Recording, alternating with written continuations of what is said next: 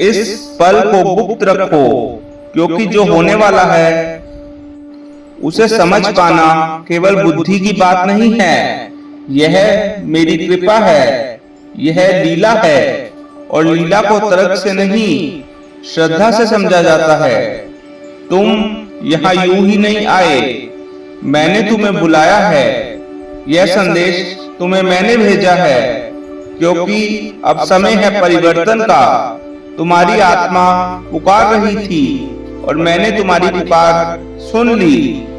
तुम थक गए हो, प्रतीक्षा करते करते, संघर्ष करते करते। शायद जीवन के भार ने तुम्हारे कंधों को झुका दिया, लेकिन अब तुम अकेले नहीं हो।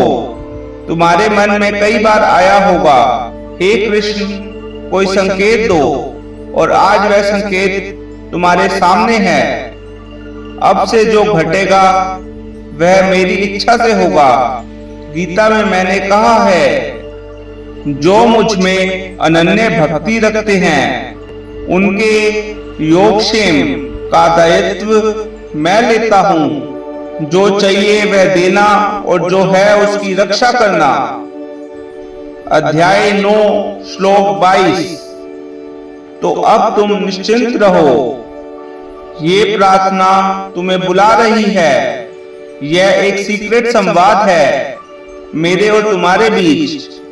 इसे उन लोगों से मत बांटो जो हंसी उड़ाएं या जिनके हृदय में श्रद्धा नहीं बची। मैंने गीता में भी यही कहा, श्रद्धावान लभते ज्ञान तपस्वी संयतेन्द्रिय। अध्याय 4 श्लोक 39।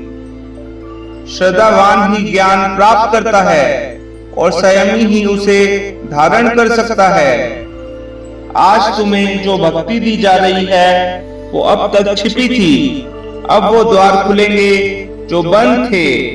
अब वो आशीर्वाद बरसेंगे जो रोक दिए गए थे। अब गहरी सांस लो, मैं तुम्हारे साथ हूँ। मेरी लीला तुम्हारे भीतर कार्य कर रही है।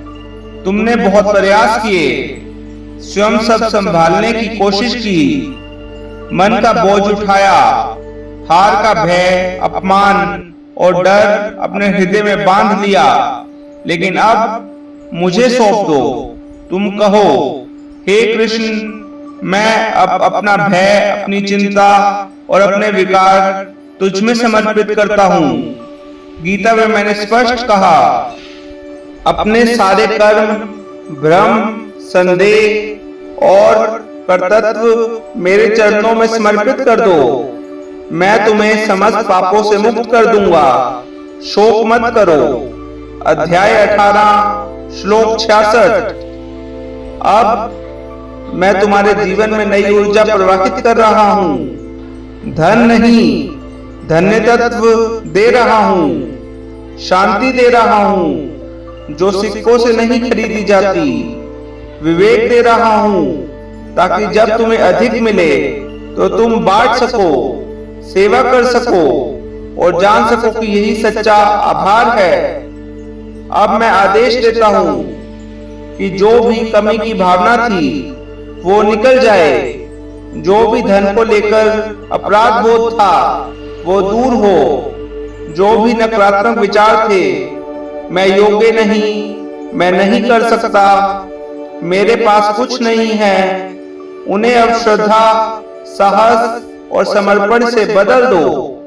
तुम अब कहो, हे कृष्ण, मैं तैयार हूँ।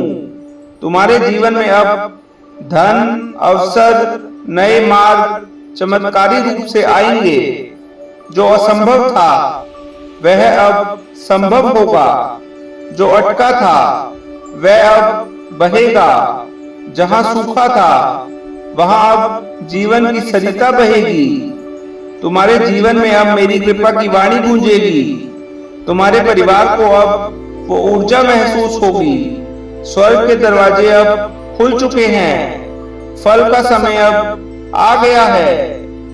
और ये सब इसलिए नहीं कि तुम पूर्ण हो, बल्कि इसलिए कि तुमने हार मानने के बजाय श्रद्धा चुनी। तुमने अंधेरे में भी विश्वास बनाए रखा और यही श्रद्धा मेरे लिए सबसे प्रिय होती है।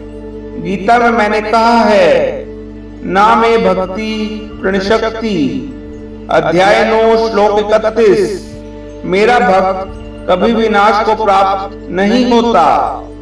अब मैं कहता हूँ, तुम्हारे जीवन में समृद्धि का प्रवाह आरंभ हो चुका है।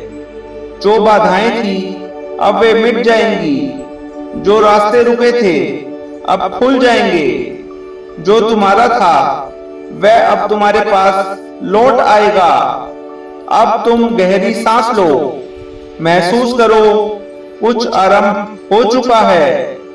यह केवल एक शुरुआत है, क्योंकि जब कृष्ण चलना आरंभ करता है तो संसार की कोई शक्ति तुम्हारे चमत्कार को रोक नहीं सकती।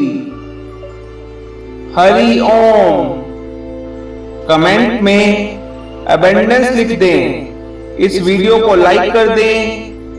इस चैनल द डिवाइन मैनिफेस्टेशन को सब्सक्राइब कर लें और बेल आइकन प्रेस कर दें।